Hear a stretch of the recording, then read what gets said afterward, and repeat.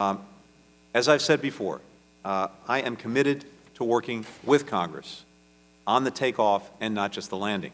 I hope the administration's recommitment to working with you will usher in a new era of trust, cooperation, understanding between the executive and legislative branches. Economic and national security interests to do so, whether it's COVID-19 or... On China, you've testified yourself that genocide is occurring in China, and I agree with you, and so does Congress, and so did the previous administration.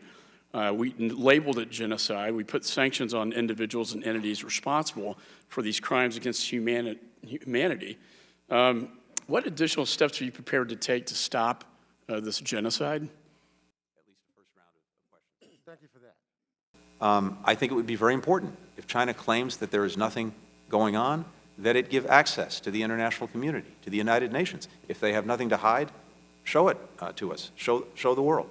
And so we'll be calling for that. And then I think there are a series of practical things that are very, very important.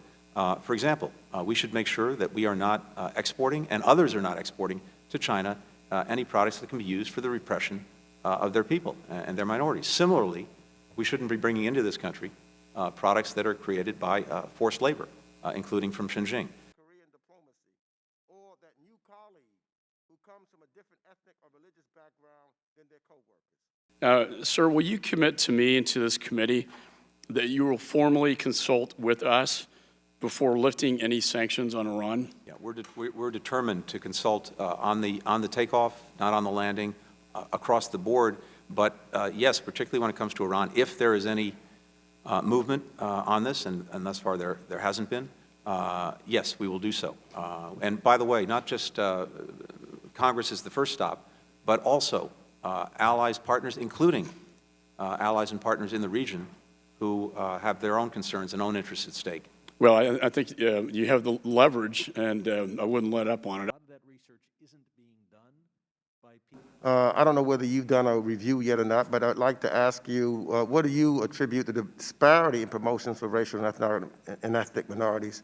And beyond the establishment of a chief diversity officer, what do you plan on doing to address what many may call systemic discrimination at the State Department? Let me just ask you another quick question.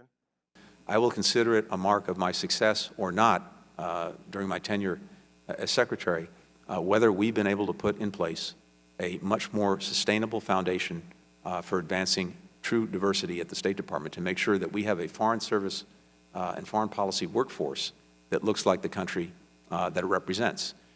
To get involved in other elections in South America, and I would hope